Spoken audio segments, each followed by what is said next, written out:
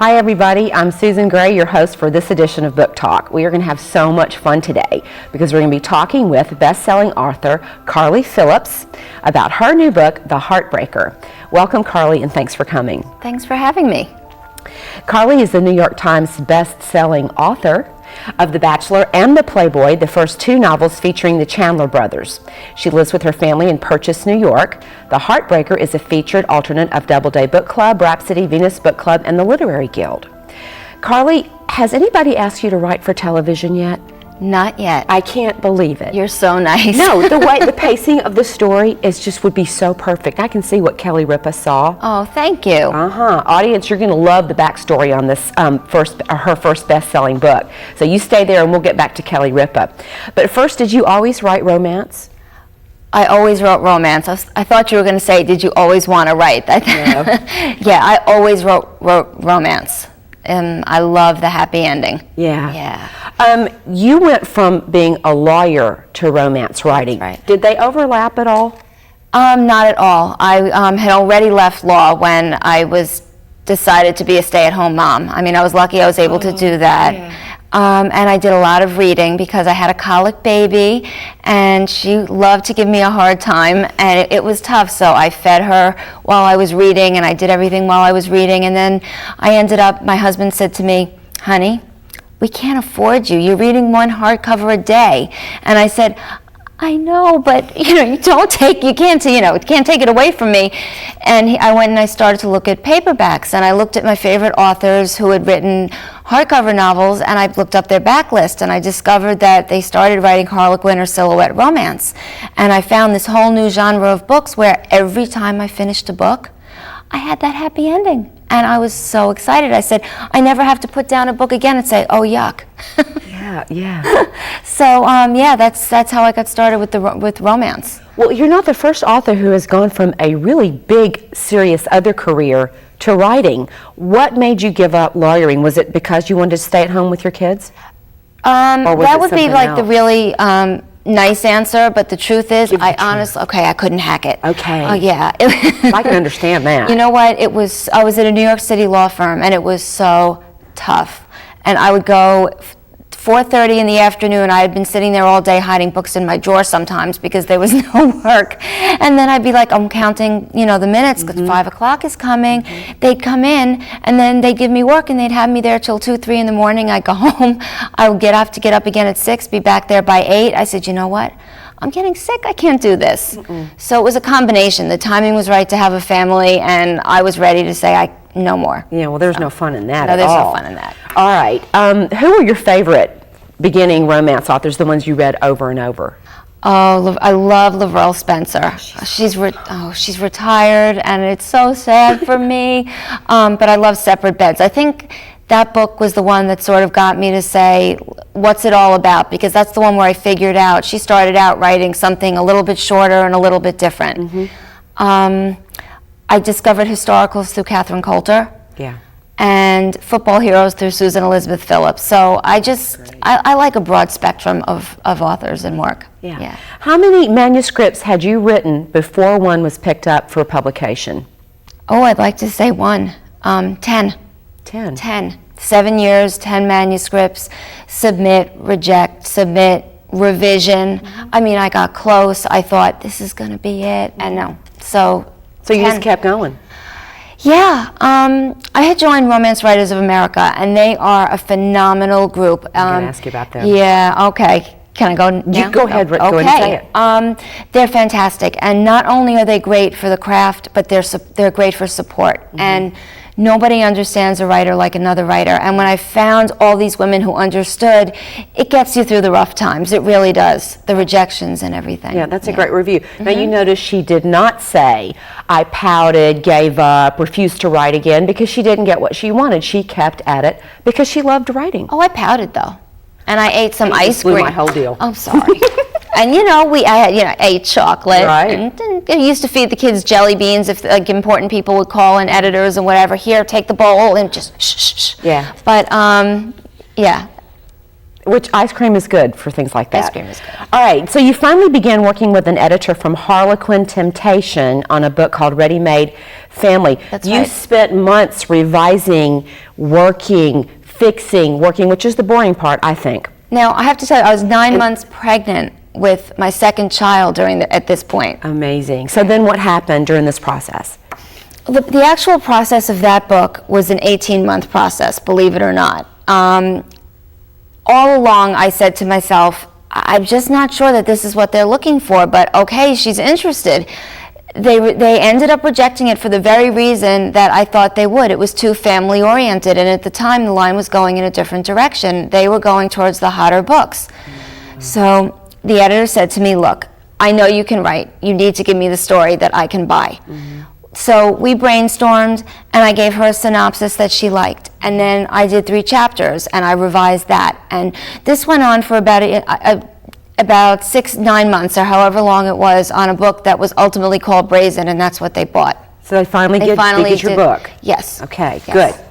All right, so everything fell into place after that. What did you write after Brazen, and what direction were you taking when you started your new work? Okay. Brazen was a hot book. At that time, Harlequin Temptation had what they called a sub-series called Blaze. And so all my books were Temptation Blaze books, and they were like the one hottest book a month in the Temptation line. So the next 3 books were Simply Sinful, Simply Scandalous, Simply Sensual, and they will be reissued November, December, and January of this year. Wow, yeah, that's good. Yeah, that's great. And then after that, most of the books were along those lines. They were the hotter books until the Chandler brothers. Gotcha. Now tell the little story about how because I asked her, where did you come up with the Chandler brothers? And so you said? I said that, well, my agent had lunch with an editor who was new to Warner, and she said, I read Carly Phillips' Brazen, I love it, and I had an idea for a story, and I was wondering if, she wanted to take a look at it. I thought about a mother who has 3 sons, and she is the most meddling woman that we've ever met. And the sons are the hunkiest guys in town. Every woman wants them. But this mother wants grandchildren, and she decides she's going to pretend to be sick to get what she wants. Amazing. Run with it. Yeah. The story gets better. And you did. Yeah, but it still gets better. Go. She said to me, guess what, though? Here's the catch. And this was after I'd given her a proposal, and I knew she wanted it. She said, I want you to set it on a ranch. And I said, huh? She goes, ranch. Cowboys sell. I said, I know, but I'm from New York. It's just a little stretch. It's just a little stretch. So I agreed. I mean, I would have done anything, and I bought a big horse book, and I bought all this stuff. A couple of months later, because I still had Harlequin obligations that had to be finished, this particular editor left Warner. And so when the new editors came in, I said to my agent, if you do nothing else, let's get rid of the ranch. Please beg, because I can't write it. Yeah.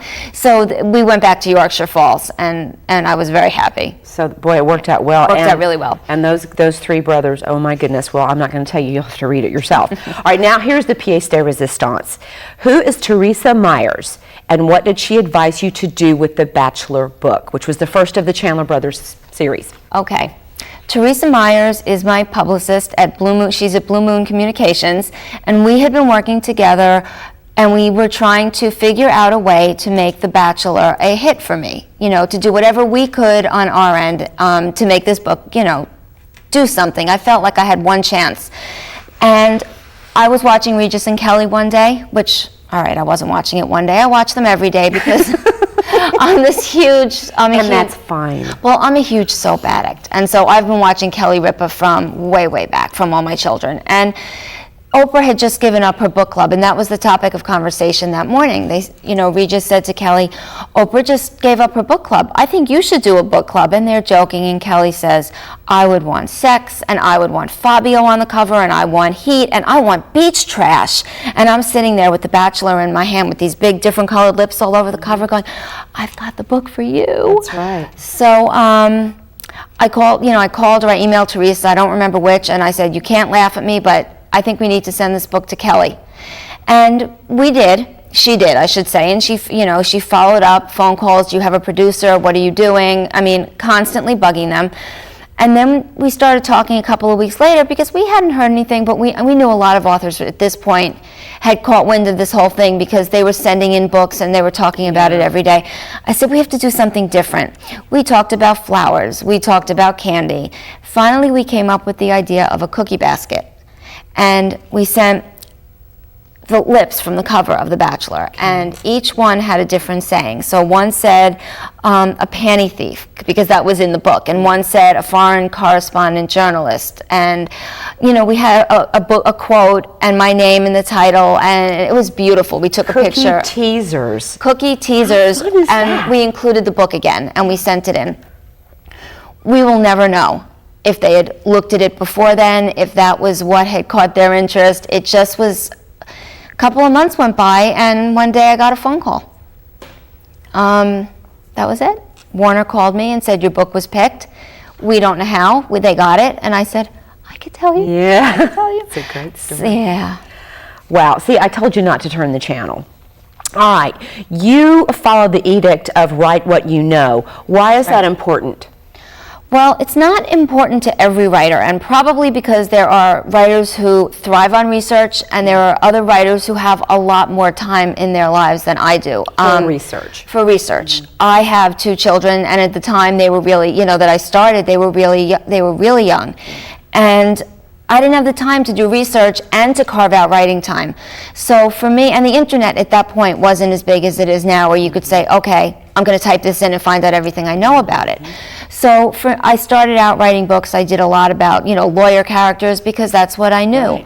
Right. Babies or whatever I knew that was easiest for me. Mm-hmm. And it works. It works for me. Yeah. And now I have the internet. Right, right. Well, now you're a mother and a wife. How do you shuffle writing into an already full deck? Not easily. I think, as any parent will tell you, the one day you look at your calendar and you say, I have Wednesday all to myself. Oh. Well, then you know that somebody's going to wake up sick, or the school nurse is going to call. So I never particularly plan out a schedule, because it's not going to happen. What I like to say is 25 pages a week in any manner, shape, or form. 5 pages a day, 5 days a week, 7 pages, 2 pages. Lately it's been, because of this book tour and everything, gosh, I have to go home and catch up. But that's my schedule that I like to stick to, and it doesn't tie me down for any certain amount of hours a day. Very good. Do you write when you're on book tour? Did you think about writing when you were on? I did think about writing when I was on book tour. I took I use an Alpha Smart, but I took it with me. No. I have been going nonstop, and when I'm not going, I need downtime. I understand. So. Yeah, I never asked that before, but that's an interesting thing. Now, you've gotten a bunch of awards. Is there one that seems to stand out for you as a really special recognition, and what was it that made it special? This past summer, I got, Walden Books gave me the best, I'm trying to think of how they phrased it, best-selling debut novel of the year for 2002, and it was The Bachelor. Wow. And I didn't know I was getting it. Mm-hmm. It was at Romance Writers of America's National Conference. It was in front of all of my, it was in front of your peers. It was in front of editors, friends, and it just meant it meant a lot to me. It really did. And I got to go up in front of an audience and say, and thank people. Like I had no notice. I got a call 5 minutes before this luncheon that I was getting this award. So that was great for me. That's so cool. Okay, you've done some cooperative writing, and I said to myself, what is that, and what is that experience like? Cooperative writing? Cooperative writing. Was it the short pieces for the Harlequin? The anthologies? Maybe. Okay, I've never called it cooperative writing. I guess that's why. I don't know where I read that. If I've done anthologies, which are three different authors write 3 novels. That's what it is. Okay, what we did, this was a lot of fun actually. The book itself was called Invitations to Seduction, and it's still on bookshelves because I've signed a bunch in the area. Yeah. We had pitched this idea to our editor, and it was just these 3 authors, me, myself, and 2 other authors, and it was just so much fun, and it was all based on one book, and we each wrote our own story, separate, not related, and yet tied together by a theme. Interesting. And it's a lot of fun. And it's a short story, so you're stretching yourself to try and fulfill these people's lives and fulfill what your readers want to get out of a happy ending within a very short amount of pages. Yeah, every word counts on those, doesn't it? Yes. You said that there was no promiscuity in your books. Why is that important for you to make that particular distinction? I view my books, yes, as romance, I should say first. And because they're romance, you're guaranteed a happy ending. Because you're guaranteed a happy ending, that, to me personally, is a monogamous, committed relationship. So I don't think if you're with one person, whatever you might be doing in the bedroom is your personal business, if it's hot, if it's not, but you're not promiscuous, you're not. And I have children. And that's important to me. I want to have good values. I want to set a good example. And if somebody else's children pick up the book, I want them to know that at the very least, you might be getting a hot book, and you have to make a value judgment about age. But I'm not telling you that it's okay, in this day and age to sleep around, because it isn't. And I thank you for that. Thank you. All right. Do you write one book at a time, or do you work on more than one simultaneously? I write one book at a time. I call it absolutely shutting the door on any other ideas. Because for me, I get very excited when an idea starts to come to me, and then I start to build the characters in my head, and everything starts to percolate, and I would lose track of what I was writing now, and the excitement for that book would go away. Right. And I can't have that happen, so I'll make some notes and I'll put it away. Gotcha. For the file for future. File for future. File for future. Now, did you get a lot of inspiration for the Playboy while you were writing The Bachelor? Did your mind sort of go ahead in the story and go, oh, I think this would work really? Sometimes towards the end, because it's still the same thing for me. If I start to let myself get wrapped up, even if it's the next book that I know I'm writing, in, let's say in the Playboy, I might lose sight of what I'm doing in The Bachelor. So I really didn't put a lot into it until afterwards. And I know there are a lot of authors that do their storyboards and plot out all 3 stories beforehand. I can't do that. Yeah. So the interesting thing for me was with The Heartbreaker, I didn't know that Samson was Sloane's father when I wrote The Bachelor. What a great character, by the way. Now, in The Bachelor, people were reading about him, and he was eccentric, and he was different, and mooching food from people. And when I sat down to think about The Heartbreaker, I said, who would be the most? I needed a link between this girl from Washington and Yorkshire Falls, and who would be the best person? And he's the most unexpected, and he's the one you want to know the most about anyway. That's so true. Yeah, that was such a great character.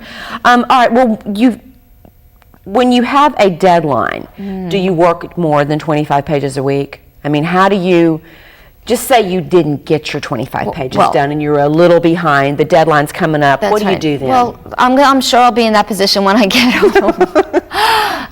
You know what happens? When a scene goes really well, and you start to really get in the groove, I can end up with 30, 35 pages a week. I mean, I will catch up. I don't miss I don't miss my deadlines, but I like to try and at least keep track. I keep a goal. I call it goal sheets. Oh, tell about that. Okay, what I do is it's 1 week on the computer, and I just print out, let's say, 25 copies of that one page, and then I write out, I change the date, and I can keep track. I did 20 pages this week, and sometimes I'll write down why. This one was sick, I was sick, I got a rejection, or whatever it is, something happened and I was upset.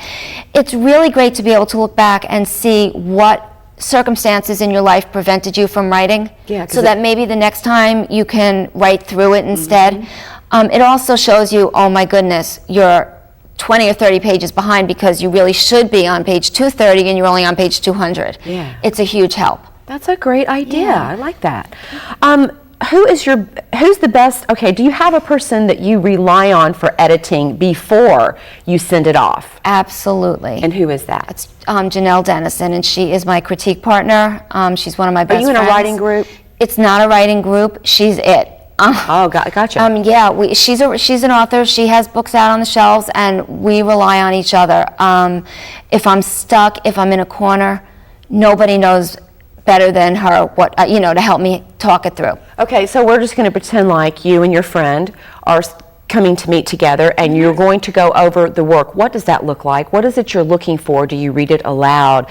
Does she go by pencil and check? How does that process work? Okay, well, first, she's in California, and I live in New York. Okay, that's interesting. Yep. So we attach it in email format. It depends on how it's working. Sometimes it's a chapter, sometimes it's a scene.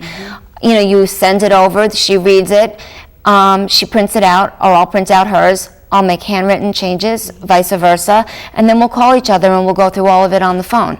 And then I'll say, okay, now that you read this, I'm not quite sure where the next scene starts. Can we brainstorm? And that's how it works. That is such a great idea. It's fantastic. But, you know, you have to be careful. You have to find somebody you trust. Well, that's the thing. Next thing I was going to say, writers groups, I've heard so many good things about, and then two writers exchanging work for editing, you would have to trust that person, because the thought would always be, did you get that idea from my book? Yeah, you truly have to trust that person. And sometimes, you know, people are in critique groups and it's a large group of people, and then you can, it can work.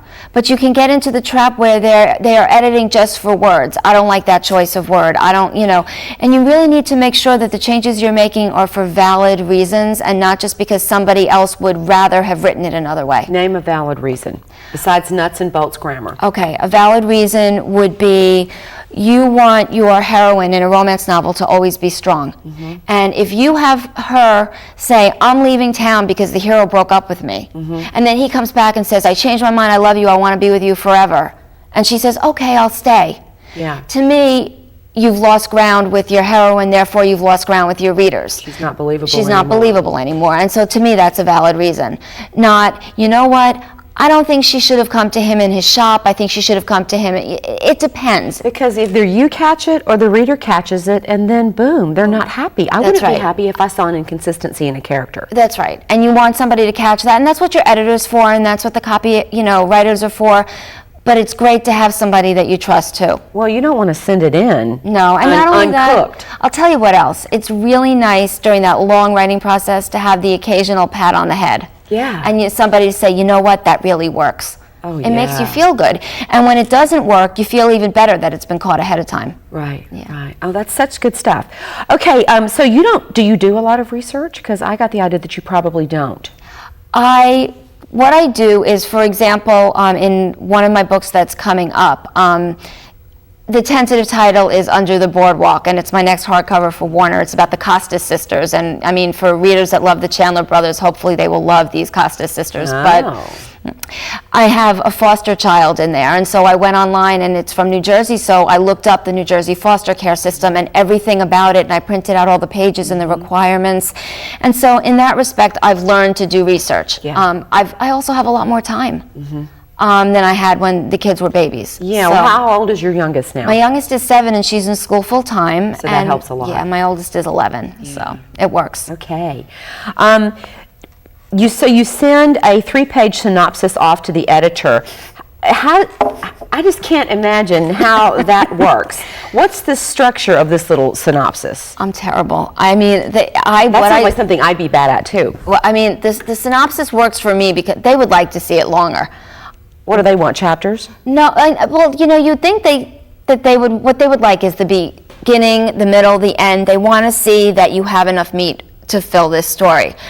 I let my characters tell the story. Right. And I'm not structured, and I have a very difficult time. So what I do is I give them, this is a bit about the heroine, this is a bit about the hero, this is their conflict and how it ties together. This is a little bit about how they get to the end. Happily ever after, please trust me on the rest. Well, you can't be the only writer who writes with that free-flowing style. They surely have to accommodate a lot of that. They do. I mean, sometimes what I'll do is I'll send them, either 3 chapters, or I'll send them 100 pages, or I'll say, can you please read this and make sure it's working for you? I'm still not quite ready to give you, a big synopsis. And then I pray that, you know what, they're so busy that they don't want the rest of the synopsis. Right. So the synopsis doesn't necessarily come first. You're already writing your work. It doesn't for me. Okay. It used to. Because when you first want to sell a book, editors need a synopsis. Yeah. And so, you really need to do both. Right. And I still can do both. They just called me up at Harlequin. They said, I really do need a synopsis. We need to do back cover copy. We need to do it early. And so I had to do a 5 or 6 page synopsis of a book that I hadn't written yet. So you're working back and forth with each other. Okay, I'll give you one this time, but I prefer not to. Okay, we'll take this instead of synopsis. Right, or okay, you know what, I'll give you one, but it's going to be vague enough so that you can do your back cover copy, but it's going to be vague enough for me that I'm not tied to anything in the book that might change. No, that's a good word. Okay, we need to talk about the Heartbreaker. Okay. Set the story up, main characters, what's going on there? Okay. The Heartbreaker is the third book in the Chandler brothers trilogy. So you know we had The Bachelor with the youngest brother, Roman. We had The Playboy with middle brother, Rick. Now we have Chase, the brother who helped raise Roman and Rick when his father died when he was young. And you would think at this point by book 3 that mother, that Raina would be satisfied that her two sons are married. Right. They're happy. Let's leave the big brother alone, but she's dating too. She's dating too. She should be living her own life. She's not quite ready yet because she really wants Chase to be happy too. But in this case, he's decided, you know what? I have this hometown paper, but I want more. So he follows this big story to where his other brother's working in D.C., and it involves a senator who is running for vice president. While he's there, he has a one-night stand with this woman who he can't forget her, but in his mind, you know what, it's a one-night stand, and I don't want family, and I don't want, I had commitment when I raised my brothers. So he goes off, and he meets the vice president's wife, and he discovers that he slept with her daughter. And, oops. And meanwhile, she says to him, I need you to look out for her, and if you do, I will give you the story that you're looking for. So he gets what he wants. So he gets what he wants, and he doesn't get what he wants, because now he goes back to Yorkshire Falls with this woman who in his gut he knows is going to lead him sort of down that path that he doesn't think he wants. And he's fighting it. Oh, he's fighting it. Isn't that the best kind, though? It is. It's so good. The tension is just so. Okay, Raina. Now, you know what? It would have been so easy for her to have been the most annoying character. How you got her to be a meddling mom and still kind of a cool, terrific girl at the same time. Did you ever get to a place where you go, I've got to lighten up here, or they're not going to like her? How'd you work that? I wanted her to be fun. First of all, she always had their best interests at heart. That's true. And second of all, you felt sorry for her. And third of all, I wanted her to be funny. Yeah. And I mean, she really had a great sense of humor. Yeah, she's cute. She was cute. I mean, one line I remember from The Bachelor was when she said, Roman, you can't keep eating this kind of cereal in the morning with soda and junk. It's going to rot your teeth, and no woman wants to wake up and find dentures beside the bed. And so, I think that, just keeping her light helped a lot. And in The Heartbreaker, she learns through some real life trials that why what she did was so wrong. Right. And she comes to regret what she did to her sons, even though the end result was good. So Girl, she's honest. You're good. Thank you. All right. Well, I have to wrap this up, and I always hate to because now I'm starting to have fun. But let me tell our audience that if they are looking for love, they'll find it with the Chandler brothers. This sizzling novel will make you want to go back and read the first 2 to get the whole Chandler story. Carly, thank you for coming, and thank you for your book, The Heartbreaker. Thank you, and thank you for having me and talking. It's been so much fun. It's been great. Yeah. All right, and we thank you for tuning in. I'm Susan Gray, and I will see you next time on Book Talk.